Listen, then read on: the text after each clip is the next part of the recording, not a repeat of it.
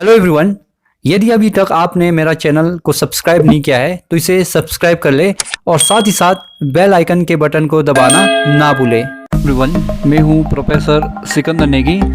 आज हम डिस्कस करेंगे इन्वायरमेंट इश्यूज़ पर। इस टॉपिक का जो टाइटल है actions taken by Nations for environmental protection at the international level, यानी अंतर्राष्ट्रीय स्तर पर राष्ट्रों द्वारा पर्यावरण संरक्षण के लिए किए गए कार्य। इस टॉपिक में हम जो मेनली डिस्कस करेंगे अंतर्राष्ट्रीय स्तर पर राष्ट्रों द्वारा पर्यावरण संरक्षण के लिए अंतर्राष्ट्रीय स्तर पर किए गए प्रयास। इन सम्मेलनों में राष्ट्रों द्वारा पर्यावरण संरक्षण के लिए कौन कौन से स्टेप्स उठाए गए और इन सम्मेलनों में पर्यावरण संरक्षण के लिए कौन कौन से एजेंडा तैयार किए गए, और साथ ही साथ हम डिस्कस करेंगे इन सम्मेलनों में विकसित और विकासशील देशों के बीच में किस तरह का कोऑपरेशन रहा।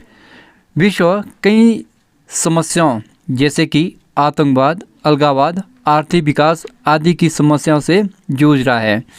इन्हीं समस्याओं में एक अन्य समस्या पर्यावरण की सुरक्षा की समस्या भी है। परमाणु एवं आणविकीय शस्त्रों की होड़, जनसंख्या वृद्धि, शहरीकरण, विज्ञान एवं तकनीकी के विकास के कारण पर्यावरण दूषित हो रहा है। आज विश्व का शायद ही कोई क्षेत्र ऐसा हो जो कि पर्यावरण प्रदूषण से पीड़ित ना हो। विश्व पर्यावरण को दूषित करने का श्रेय विकसित राष्ट्रों को जाता है, जिन्होंने अपने सर्वांगीण विकास के लिए प्रकृति से छेड़छाड़ की और उसका खामियाजा विकासशील यानी डेवलपिंग कंट्री को भुगतना पड़ रहा है।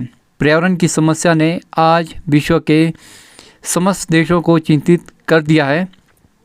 बढ़ते प्रदूषण को रोकने के लिए विभिन्न स्तर पर राष्ट्रीय एवं अंतर्राष्ट्रीय कन्वेंशन समिट्स यानी सम्मेलन किए जा रहे हैं, जिनकी सफलता राष्ट्रों के आपसी कोऑपरेशन पर डिपेंड करती है। सेकेंड वर्ल्ड वॉर के बाद जलवायु परिवर्तन को लेकर वैश्विक स्तर पर चर्चाएं प्रारंभ हुई। 1972 में स्वीडन की राजधानी स्टॉकहोम में पहला सम्मेलन आयोजित किया गया। इन सम्मेलनों में तय हुआ कि प्रत्येक देश जलवायु परिवर्तन से निपटने के लिए डोमेस्टिक लॉ बनाएगा। इस आशय की पुष्टि हेतु 1972 में संयुक्त राष्ट्र पर्यावरण कार्यक्रम में यानी यूएनईपी यानी यूनाइटेड नेशन इन्वायरमेंट प्रोग्राम का गठन किया गया तथा नैरोबी को इसका मुख्यालय बनाया गया। जलवायु परिवर्तन पर हुए सम्मेलनों को ही पर्यावरण सम्मेलन कहते हैं, जो पर्यावरण संरक्षण के लिए संयुक्त राष्ट्र द्वारा वैश्विक पर आयोजित किए गए। फर्स्ट हम डिस्कस करते हैं स्टॉकहोम अंतर्राष्ट्रीय शिखर सम्मेलन 1972। अंतर्राष्ट्रीय पर्यावरण चेतना एवं पर्यावरण आंदोलन के प्रारंभिक सम्मेलन के रूप में 1972 में संयुक्त राष्ट्र संघ ने यानी यूएनओ ने स्टॉकहोम स्वीडन में दुनिया के सभी देशों का पहला पर्यावरण सम्मेलन आयोजित किया था। इस अंतर्राष्ट्रीय सम्मेलन में 119 देशों ने भाग लिया और एक ही धरती के सिद्धांत को सार्वमान्य तरीके से मान्यता प्रदान की गई। लगातार हो रहे पर्यावरणीय क्षरण, मौसम परिवर्तन एवं आपदाओं पर नियंत्रण हेतु पर्यावरण संरक्षण के संदर्भ में ये प्रथम वैश्विक यानी ग्लोबलाइज स्टेप था। संक्षेप में पर्यावरण संरक्षण पर अंतर्राष्ट्रीय ध्यान केंद्रित करने में स्टॉकहोम सम्मेलन का योगदान निम्नलिखित है। फर्स्ट है मानवीय पर्यावरण पर घोषणा पत्र प्रस्तुत करना। सेकंड, मानवीय पर्यावरण के संरक्षण की दिशा में कार्य योजना बनाए जाने की आवश्यकता पर बल। थर्ड, संस्थागत प्रशासनिक तथा वित्तीय व्यवस्थाओं को अपनाए जाने पर बल। फोर्थ, प्रतिवर्ष विश्व पर्यावरण दिवस की घोषणा का प्रस्ताव। एंड फिफ्थ, पर्यावरण संरक्षण की दिशा में राष्ट्रीय स्तर पर कार्रवाई को सुनिश्चित करने की दिशा में कार्य। एंड सिक्स, पर्यावरण संरक्षण की दिशा में आगे बढ़ने के लिए पुनः दूसरे सम्मेलन बुलाए जाने का प्रस्ताव। नेक्स्ट है संयुक्त राष्ट्र पर्यावरण कार्यक्रम यानी United Nation environment programme. Stockholm सम्मेलन के दौरान 1972 में संयुक्त राष्ट्र पर्यावरण कार्यक्रम का शुभारंभ हुआ। संयुक्त राष्ट्र पर्यावरण कार्यक्रम का मुख्यालय कीनिया की राजधानी नैरोबी में है। वैश्विक पर्यावरण एजेंडे का निर्माण एवं जलवायु नीतियों के क्रियान्वयन के संदर्भ में यह शीर्ष वैश्विक पर्यावरण प्राधिकरण है जो संयुक्त राष्ट्र प्रणाली के भीतर कार्य करता है। अगर हम संक्षेप में संयुक्त राष्ट्र विकास कार्यक्रम की निम्नलिखित कार्य है जो इस पर कर रहे हैं। फर्स्ट है वैश्विक, क्षेत्रीय और राष्ट्रीय पर्यावरणीय परिस्थितियों और रुझानों का आकलन करना। सेकंड, अंतर्राष्ट्रीय और राष्ट्रीय स्तर पर पर्यावरण संरक्षण उपायों को विकसित करना। एंड थर्ड, पर्यावरण के विवेकपूर्ण प्रबंधन हेतु संस्थाओं को सशक्त बनाना। एंड फोर्थ, सस्टेनेबल डेवलपमेंट के लिए ज्ञान और प्रौद्योगिकी के हस्तांतरण की सुविधा प्रदान करना। एंड फिफ्थ, सिविल सोसाइटी और प्राइवेट सेक्टर के भीतर साझेदारी और विचारों को प्रोत्साहित करना। नेक्स्ट है हेलसिंकी की सम्मेलन 1974। हेलसिंकी की सम्मेलन का आयोजन फिनलैंड देश के हेलसिंकी के शहर में 1974 ईस्वी में किया गया था। इस सम्मेलन का मुख्य विषय समुद्री पर्यावरण की रक्षा करना रखा गया था। इस सम्मेलन के विषय समुद्री पर्यावरण की रक्षा को स्पष्ट रूप से परिभाषित न किए जाने के कारण यह सम्मेलन असफल हो गया। नेक्स्ट है वियना सम्मेलन 1985। वियना सम्मेलन का आयोजन ऑस्ट्रिया देश में स्थित वियना शहर में 1985 ईस्वी में किया गया था, इसलिए इस सम्मेलन को वियना सम्मेलन कहते हैं। इस सम्मेलन का मुख्य विषय ओजोन परत का संरक्षण रखा गया था। इस सम्मेलन द्वारा सभी राष्ट्र एकमत होकर ऐसी गैसों के वैकल्पिक स्रोतों के चयन के लिए सहमत हुए जो ओजोन परत के लिए हार्मफुल थे। नेक्स्ट है ओजोन परत का संरक्षण। ओजोन परत ओजोन अणुओं की एक परत है जो वायुमंडल में पाई जाती है। ओजोन परत को सूर्य की हानिकारक अल्ट्रावायलेट किरणों से बचाती है।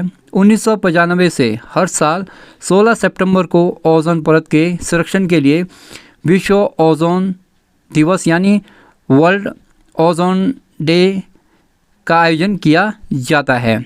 ओजोन परत का हाथ सबसे अधिक दक्षिणी गोलार्ध में अर्कटिक क्षेत्र में हुआ है।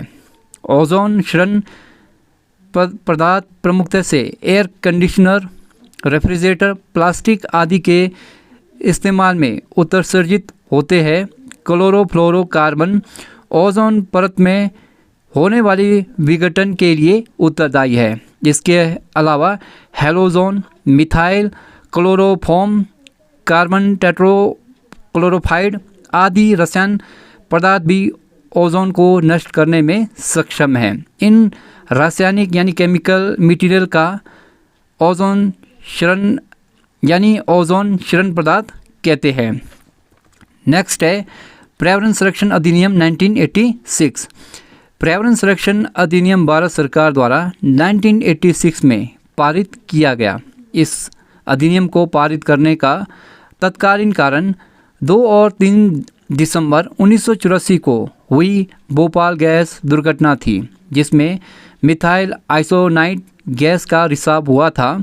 पर्यावरण संरक्षण अधिनियम को पारित करने का दूरगामी कारण भारत में स्टॉकहोम के पर्यावरण नियमों को लागू करना था। इस अधिनियम के अंतर्गत ये प्रावधान किया गया कि भारत में उद्योग का रखने या किसी भी प्रकार का व्यापार करने के लिए भारत सरकार से अनुमति प्राप्त करनी होगी। इसके अलावा भारत सरकार द्वारा प्रत्येक वर्ष पर्यावरण संरक्षण के लिए प्लान्स बनाएगी और उसका प्रभावी कार्यान्वयन करेगी। नेक्स्ट है मॉन्ट्रियल प्रोटोकॉल 1986।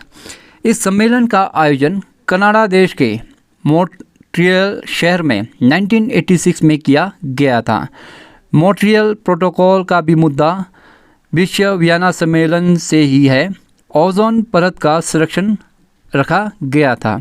इस सम्मेलन का आयोजन कनाडा के टोरंटो शहर में 1988 ईस्वी में किया गया था। इस सम्मेलन का मुख्य विषय ग्रीन हाउस गैसों के अंतर्गत आने वाली गैस का CO2 रखा गया था। इस सम्मेलन में भी सभी राष्ट्र एक समान रूप से भागीदारी नहीं हुए, इसलिए यह सम्मेलन भी असफल हो गया। नेक्स्ट है रियो डी जेनेरियो सम्मेलन यानी पृथ्वी सम्मेलन 1992। पृथ्वी सम्मेलन की पृष्ठभूमि 1972 में स्टॉकहोम में आयोजित हुए मानवीय पर्यावरण पर संयुक्त राष्ट्र सम्मेलन में ही तैयार हो जाती है। संयुक्त राष्ट्र सम्मेलन के द्वारा 1983 में नॉर्वे के प्रधानमंत्री ग्रो हार्लेम ब्रडलैंड की अध्यक्षता में एक समिति का गठन किया गया था, जिसका कार्य था विश्व में पर्यावरण की स्थिति का अध्ययन, सेकंड वर्ष 2000 के बाद विकास की समीक्षा। पृथ्वी सम्मेलन से 5 वर्ष पहले 1986 में ओवर कॉमन फ्यूचर हमारा साझा भविष्य नाम से ब्रडलैंड रिपोर्ट का प्रकाशन हुआ। इस रिपोर्ट में इस बात का बल दिया गया कि वर्तमान विकास का मॉडल आगे जाकर टिकाऊ साबित नहीं होगा एवं इससे हमारा भविष्य खतरे में पड़ जाएगा। ब्रडलैंड रिपोर्ट द्वारा बताए गए भविष्य के खतरे को प्राथमिकता प्रदान करते हुए संयुक्त राष्ट्र महासभा के द्वारा 22 दिसंबर 1989 को 2 रेजोल्यूशन पारित किए गए। इन प्रस्तावों में 1992 में ब्राज़ील में एक सम्मेलन को बुलाए जाने का आग्रह भी शामिल था। पर्यावरण एवं विकास पर संयुक्त राष्ट्र द्वारा आयोजित इस समिट का ही पृथ्वी सम्मेलन या रियो सम्मेलन के नाम से जाना जाता है। यह शिखर सम्मेलन ब्राज़ील की राजधानी रियो डी जेनेरियो में 3 जून 1992 से 14 जून 1992 तक चला, जिसमें 182 देशों के प्रतिनिधियों ने भाग लिया। पृथ्वी सम्मेलन के दौरान निम्नलिखित विचारणीय विषय विद्यमान थे, जिसमें फर्स्ट है विश्व को प्रदूषण से बचाने के लिए वित्तीय प्रबंधन, सेकंड वनों का प्रबंधन, थर्ड संस्थागत प्रबंधन, एंड फोर्थ तकनीक का हस्तांतरण, फिफ्थ जैविक विविधता, एंड सिक्स सतत विकास यानी सस्टेनेबल डेवलपमेंट। पृथ्वी सम्मेलन की उपलब्धियां।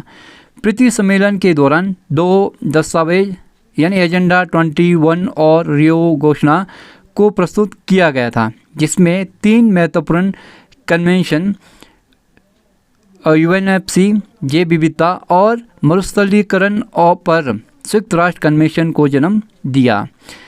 नेक्स्ट हम डिस्कस करते हैं एजेंडा 21।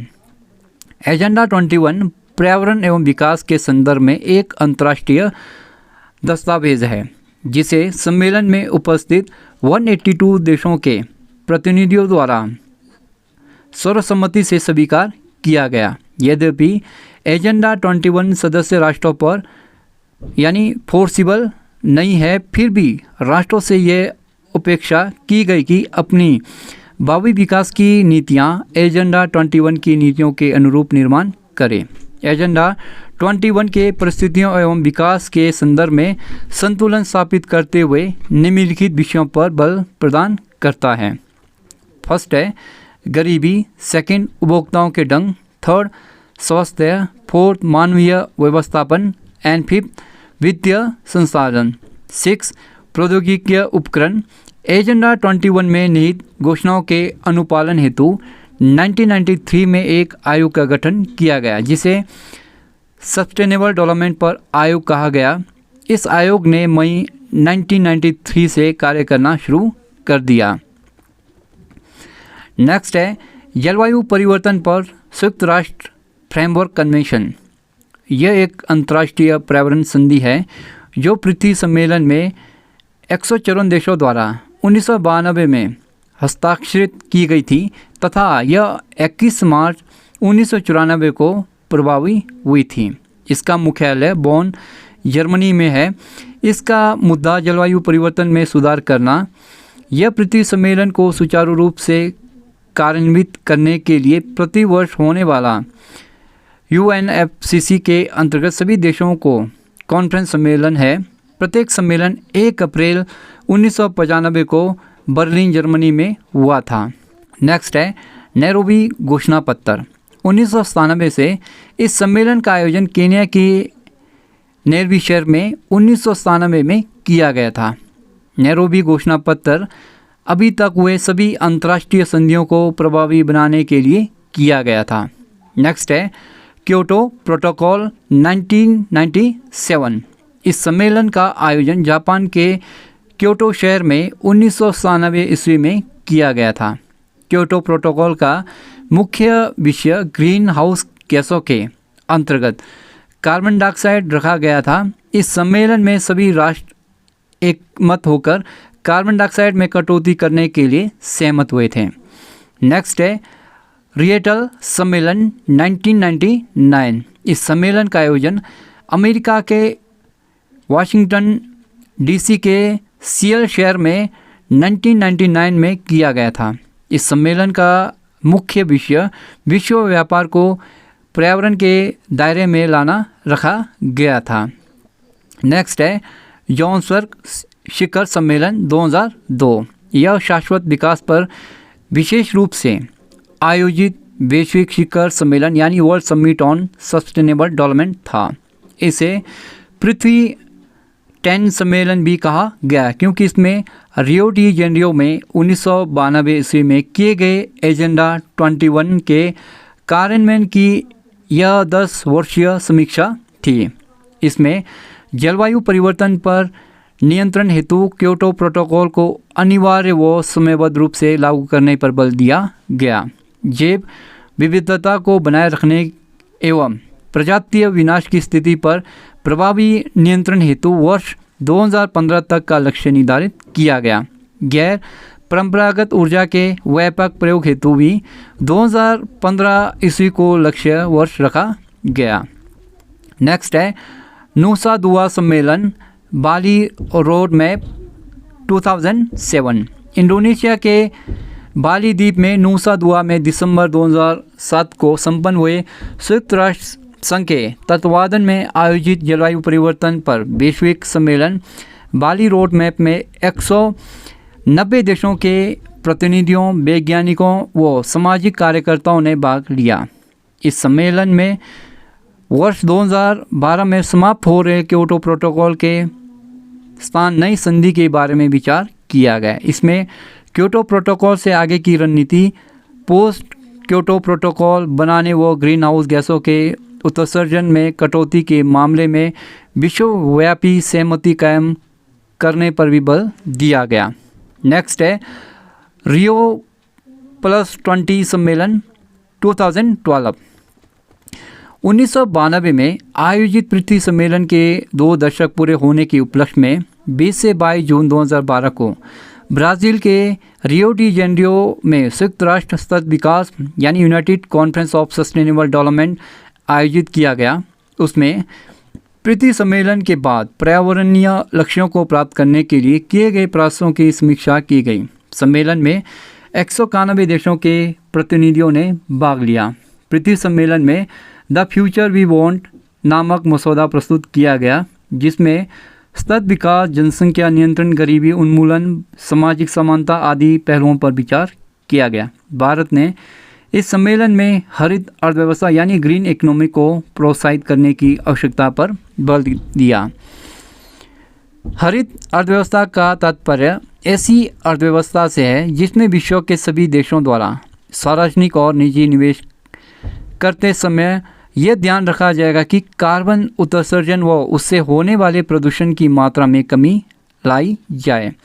ये तभी संभव है जब सभी देश एक ऐसी नव अर्थव्यवस्था यानी न्यू इकोनॉमिक ऑर्डर की सृजन का प्रयास करें जिसमें पृथ्वी के सभी प्राणियों को संतोषजनक जीवन स्तर व सतत विकास का व्यक्तिक और वैश्विक अवसर की प्राप्ति सुनिश्चित हो सके। परंतु इस हेतु औद्योगिक राष्ट्रों को उदार रवैया रखना ज़रूरी है, जो कि फिलहाल नहीं हो रहा। इससे विकासशील देशों को पूंजी व तकनीकी की कमी का सामना करना पड़ रहा है। Rio+20 सम्मेलन में सतत विकास के लक्ष्यों को प्राप्त करने की कोई स्पष्ट रणनीति नहीं बनाई गई।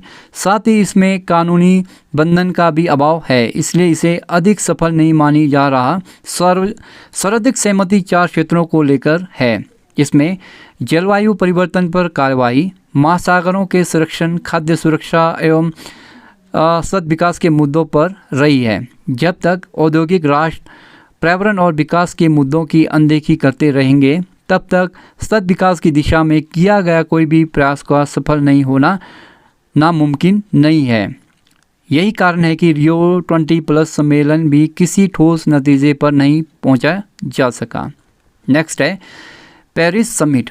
पेरिस समझौता, जिसे COP21 के सम्मेलन के रूप में भी जाना जाता है, यह एक ऐतिहासिक पर्यावरणीय समझौता है जिसे वर्ष 2015 में जलवायु परिवर्तन और इसके नकारात्मक प्रभाव को दूर करने के लिए अपनाया गया था। इसने क्योटो प्रोटोकॉल का स्थान ले लिया, जो जलवायु परिवर्तन से निपटने के लिए पूर्व में किया गया समझौता था। इसका उद्देश्य इस सदी में वैश्विक तापमान वृद्धि को पूर्व औद्योगिक स्तर से 2 डिग्री सेल्सियस से नीचे तक सीमित करने के प्रयास से वैश्विक GHG उत्सर्जन को कम करना, जबकि वर्ष 2100 तक 1.5 डिग्री सेल्सियस की वृद्धि को सीमित करने से साधनों को अपनाना है। संयुक्त राष्ट्र जलवायु परिवर्तन समिट 2018 संयुक्त राष्ट्र जीवाणु परिवर्तन सम्मेलन, जिसे आमतौर पर कैटोवाइस क्रिएशन चेंज कॉन्फ्रेंस या COP24 के रूप में जाना जाता है, क्रिएशन चैलेंज पर संयुक्त राष्ट्र फ्रेमवर्क कन्वेंशन के पक्ष का 24वां सम्मेलन था। यह 2 से 15 दिसंबर 2018 को कैटोवाइस, पोलैंड के बीच आयोजित किया गया था। सम्मेलन इंटरनेशनल कांग्रेस सेंटर में आयोजित किया गया था। COP23 में इन मुद्दों पर चर्चा हुई। इस सम्मेलन में विवाद के मुख्य वित्तीय सहायता यानी फाइनेंशियल सपोर्ट, शमन कार्रवाई यानी माइटिगेशन एक्शन एंड डिफरेंशिएशन और नुकसान एवं क्षति लॉस एंड द डैमेज से संबंधित थी। बॉन सम्मेलन में यह सवाल उठाया गया है कि उपलब्ध कार्बन स्पेस के बड़े हिस्से पर कब्जा कर चुके विकसित देश क्या गरीब देश और विकासशील देश को सहायता देंगे। अमीर देश द्वारा ग्रीन हाउस गैस उत्सर्जन को कम करने के लिए अब तक क्या कार्रवाई की गई और क्या कोयले का उपयोग सीमित नहीं किया जाना चाहिए।